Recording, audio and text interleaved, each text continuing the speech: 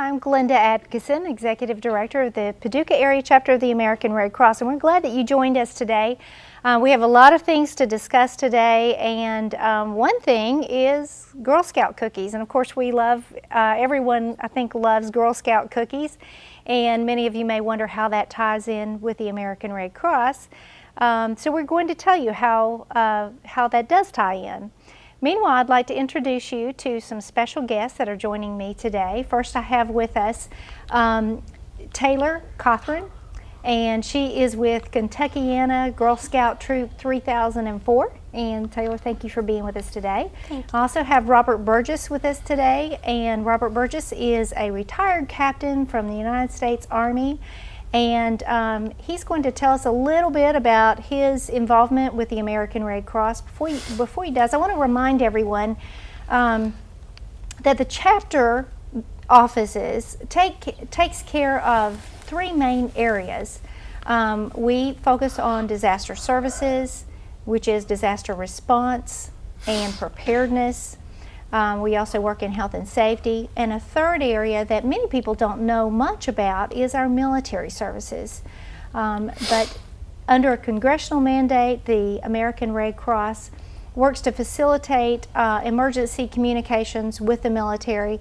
And Robert Burgess came to us and has been a volunteer and is taking care of those calls. And Robert, you want to tell us a little bit about why you decided you wanted to work with the Red Cross and kind of a little bit about what you do? Yes, I'll be glad to, Glenda. The reason I decided to work with the Red Cross, you run an ad in the paper, and I read it, and being a retired military person, the Army has an old saying, you know, I was a soldier, I am a soldier, I will always be a soldier. And, you know, I kind of live by that, so I knew that if there was a need for someone to help, that I could fill that vacancy at the Red Cross, you know. And being retired, I do have a little of extra time that I can devote to that. And, you know, I just seemed like a good way to give back, you know, to the community, everything. My wife and I have been really blessed, and we like to, you know, we both like to give something back, you know, and this would be my way of not only giving back to the community, but helping my brother soldiers at the same time. And this, of course, sailors, airmen, and Marines, etc. Right. Well, I can certainly tell you it's been very helpful. I feel like we've done more with our military since you've been here, and it's been wonderful to have you there. Can you maybe explain to people what our responsibility is to the armed forces and how we support military families and those soldiers that whenever they are in times of crisis, what we do? Yes. Initially, we will receive a call at the office there from a family member, say in the local area, our area that we serve down here. We serve the Livingston, McCracken County, Ballard, and Hickman County area. And we will receive a call from some family member of a service person that there is some type of a crisis or a perceived crisis in their family. And they either need to get in touch with a serviceman, or they need to try to get this service person home on a leave to help with the emergency. The emergencies can be about anything, you know, a house fire, a sickness, a death in the family, or whatever.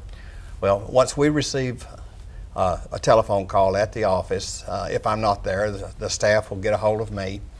And at that time, there's just a multitude of questions that I need to ask the family member or whoever it is that's calling me. First of all, you know, the name and rank and et cetera of the serviceman. Is he in what branch of service he's in? Things like this. After we get that all ironed out and establish that we can service this call, then I will, of course, try to find out what the emergency is, find out all the particulars about it, if it's a death in the family, or if it's even good news goes through us. You know, it doesn't always have to be a catastrophic kind of thing. It can be good news. We can relay that also, but we need to get all the information from the family member as to what has happened. Just for instance, if it's an illness, or serious illness. We'll need to know where the patient is hospitalized. We'll need to know the doctor's name and information of this sort. What is the diagnosis? What is the prognosis? Is death or life expectancy an issue in this case? And if it is, we have to verify with the doctor or the nurse all of this information that we are gathering.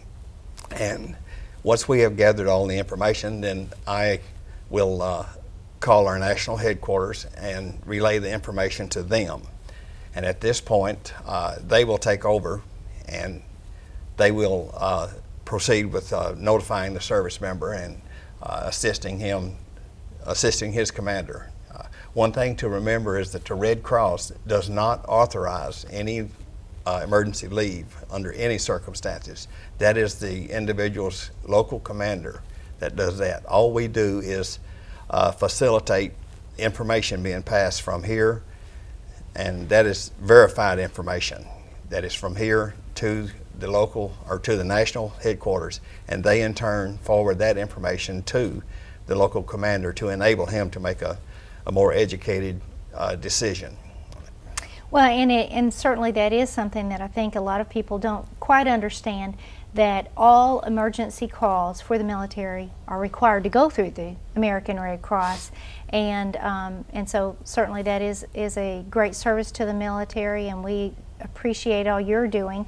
And Taylor, I know that this is I guess this is more on the fun side of what we do for our military. At the within the Red Cross and the Girl Scouts, this actually originated from one of the Girl Scout leaders. They called us and said, we'd love to be able to find a way to get cookies to our troops. Well, what could be better than if you've got to be in Iraq or Afghanistan and you are stationed far from home, what could be better than opening up a box of Girl Scout cookies?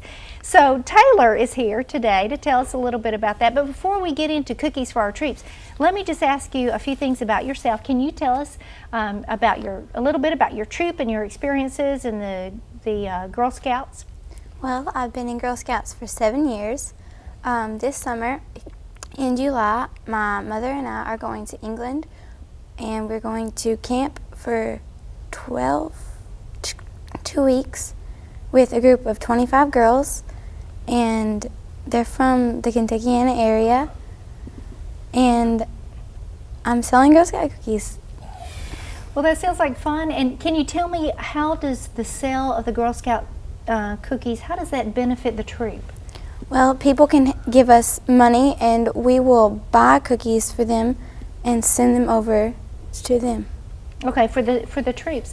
The thing that's nice is people in the community that would like to donate a box of cookies, they'll actually pay for them. The Girl Scouts will keep up with them, and they're going to bring them at one time over to the Red Cross office, and then the Red Cross volunteers and probably some of the Girl Scouts will be working to package these and ship them over.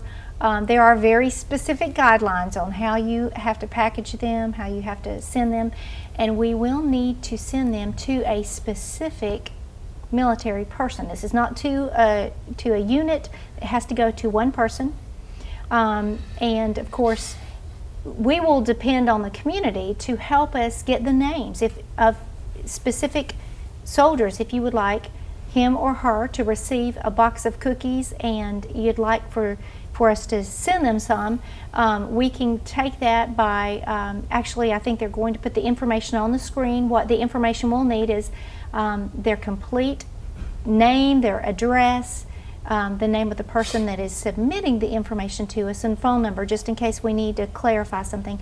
But what will happen is we will send them an email and let them know they will be receiving a package. There is a cost involved, and so of course we will be accepting donations at the chapter office to help offset the cost of shipping. If someone would like to email the information so that we want it email. Our preference is email because sometimes, and Robert can probably attest to this, the addresses military addresses can be long and very specific. We want to make sure that we get them right. But we're actually going to have people email them to Robert at PaducahRedCross.org. So we will have them in writing, and then we'll have people that will help package them and send them out. Has your troop received donations yet? Yes. We've received many donations for the troops. Where all are you all setting up to sell Girl Scout cookies? We have set up at Walmart, both sides, and we've set up at Hollywood Video, and we're going to set up at Lowe's. Okay. And what else about the Girl Scouts would you like to share with us? Can you think of some other Well, things? we have 2 new Girl Scout cookies this year. It's called the Lemon Chalet Cream, and we have the chocolate chip sugar-free cookie. Oh, that's always good. What's your favorite cookie, Robert? Well, in this case right now, I guess it would be the sugar-free, because I'm trying to watch my diet. Trying to watch your diet. I've reached that age where I have diabetes in my family, so we're trying to keep an eye on that. So it would have to be the sugar-free ones right now.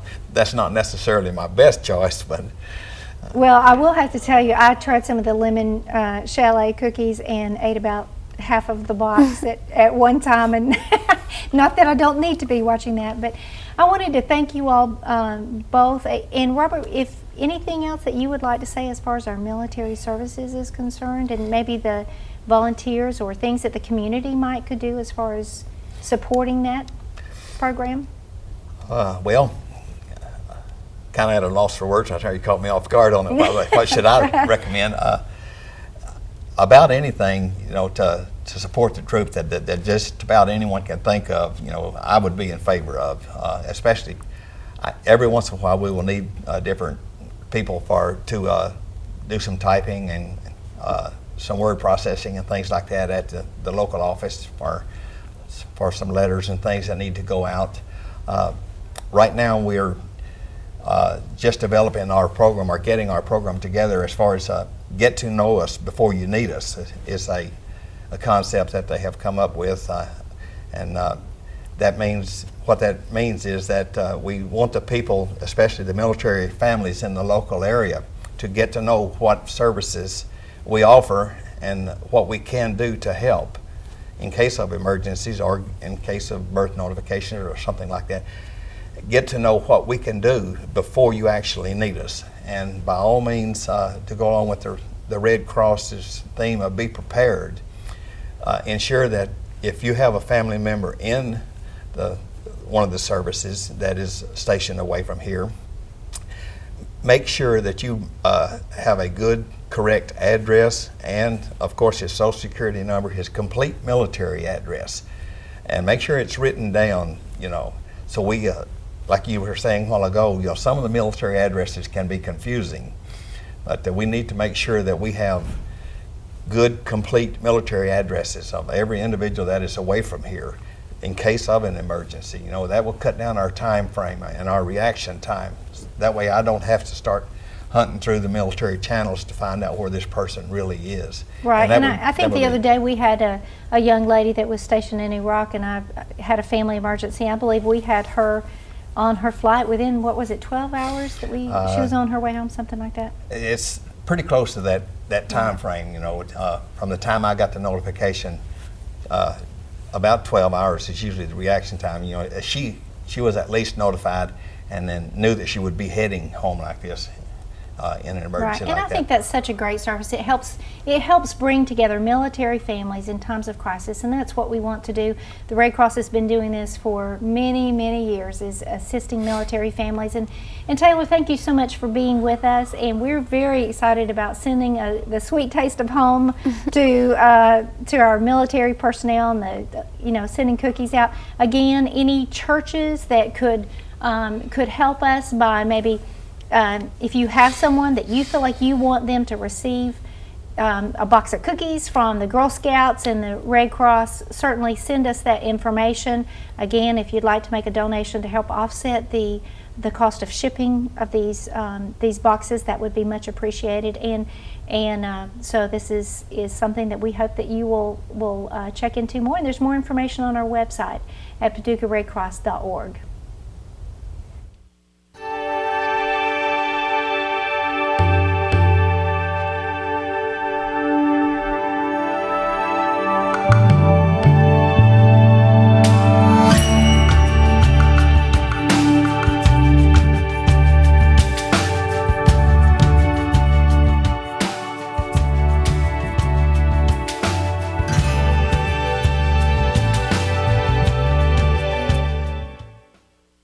Welcome back. Welcome back to our show about the American Red Cross and our new guest. We also have with us today Patrick Kerr. He is the Director of Marketing for Jackson Purchase Energy and for Paducah Water. And Patrick, thank you for being with us today. No problem. I'm happy to be here. Well, good to have you. I was just visiting with our previous guest, Robert Burgess, who's our coordinator for our Services to Armed Forces and one of the area Girl Scouts, about the military services. And you're helping us with our Heroes campaign, so I wanted to let everyone know a little bit about that and some of the things that are going to be going on in our area. And do you want to tell everyone a little bit about the Heroes campaign? Sure. Well, as you said, the military services obviously need financial support, along with all of the other American Red Cross services here in Paducah. And so the Heroes campaign is designed to help raise those funds here locally.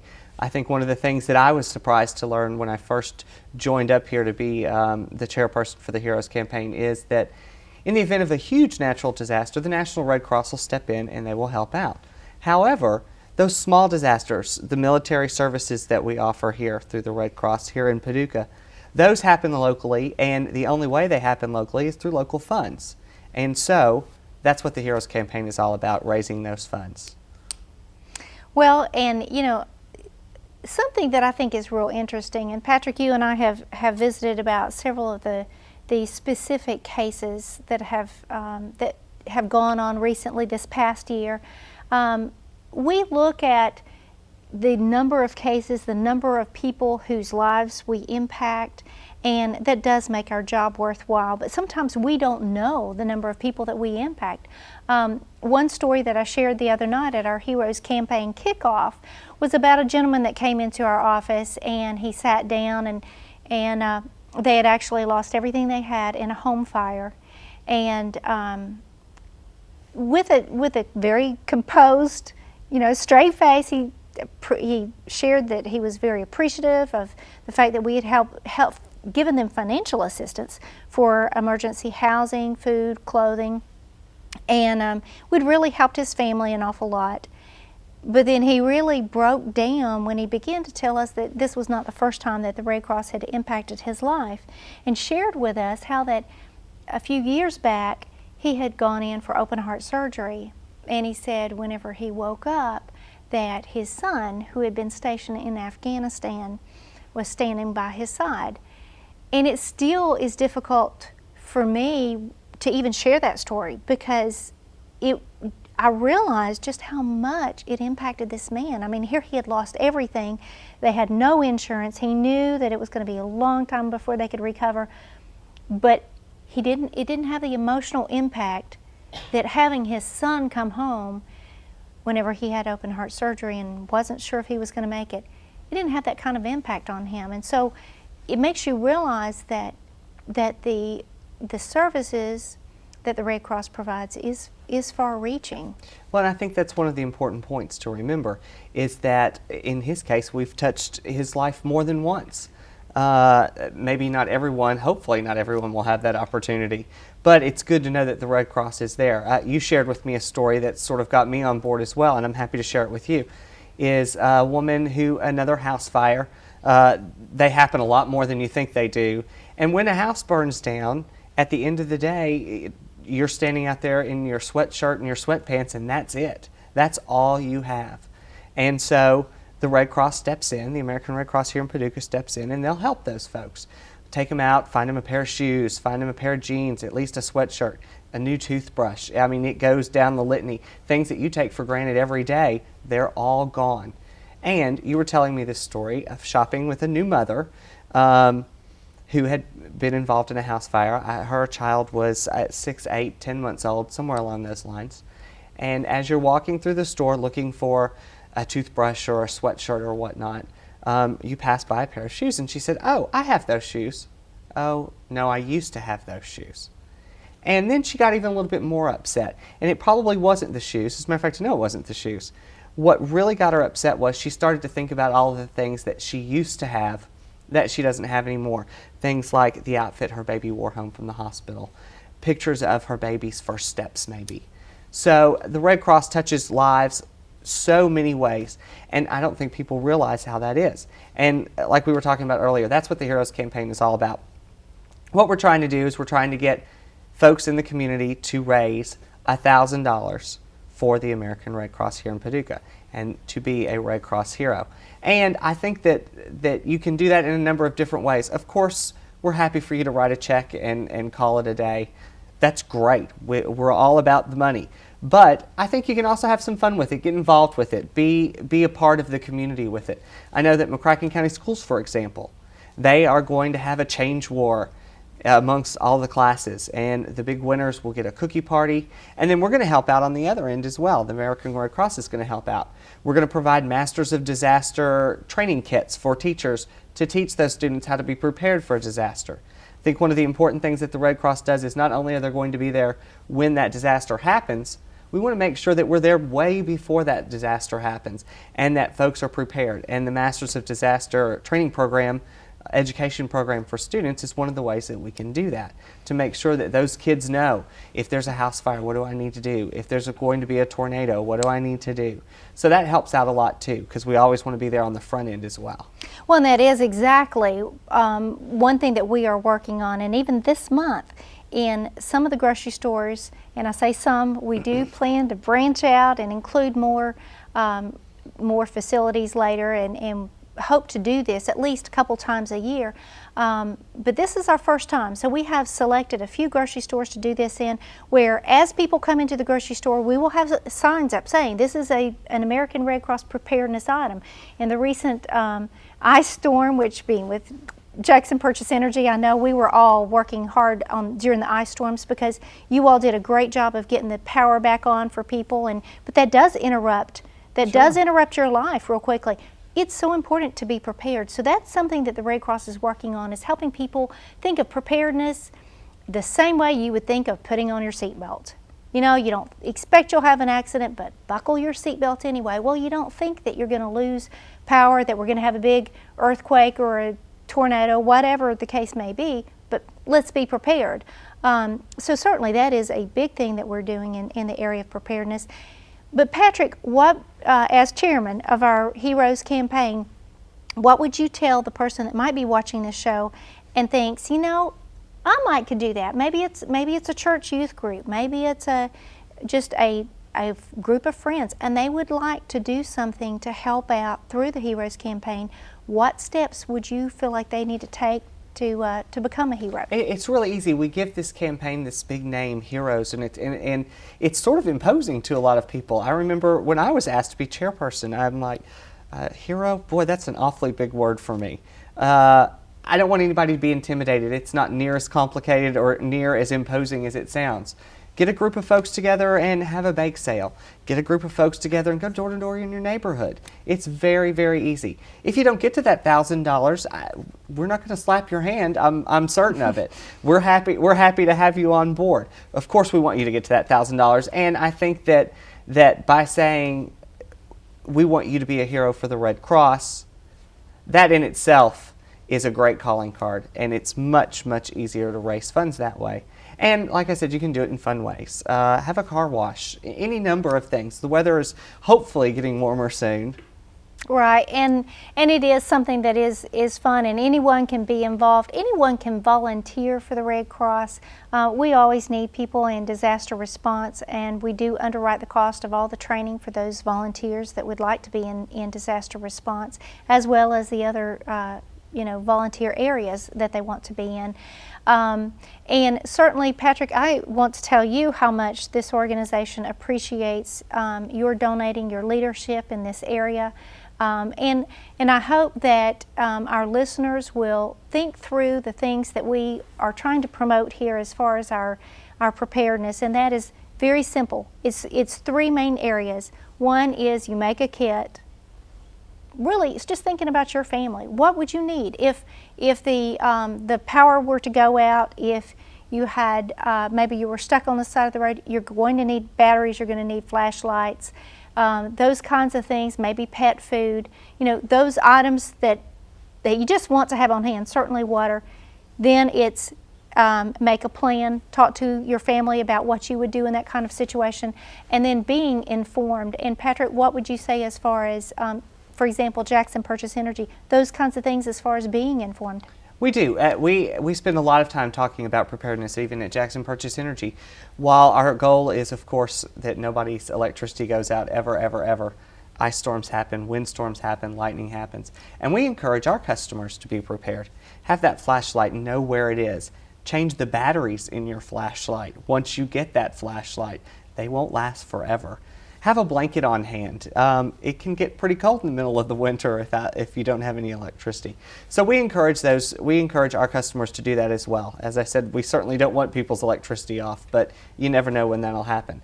I think that it's really important that to be involved in the Heroes campaign, just think for a minute. You probably know somebody who's been affected by a natural disaster or by a military service situation that the Red Cross has helped with. And if you can personalize it, it makes it a whole lot easier to go out and ask for those funds. I remember my friend so-and-so who utilized the services of the Red Cross, and you can help that person. Well, and it is easy to do, and like you said, certainly we do set up the goal for our heroes to try to raise $1,000 because that's kind of how the program works. But we are certainly happy for any help always as far as the financial support, volunteer support. And I want to say to you, again, if you can help us by sending us information on any of the troops that you would like to have a box of cookies shipped to them, if you could help us out with our preparedness efforts and getting the word out to try to help people in the community make a kit. And then also if you would like to join us in our Heroes campaign, you certainly can look at those things on our website at www.paducahredcross.org. You can call our office at 270-442-3575. And again, thank you for joining us today to learn more about the American Red Cross.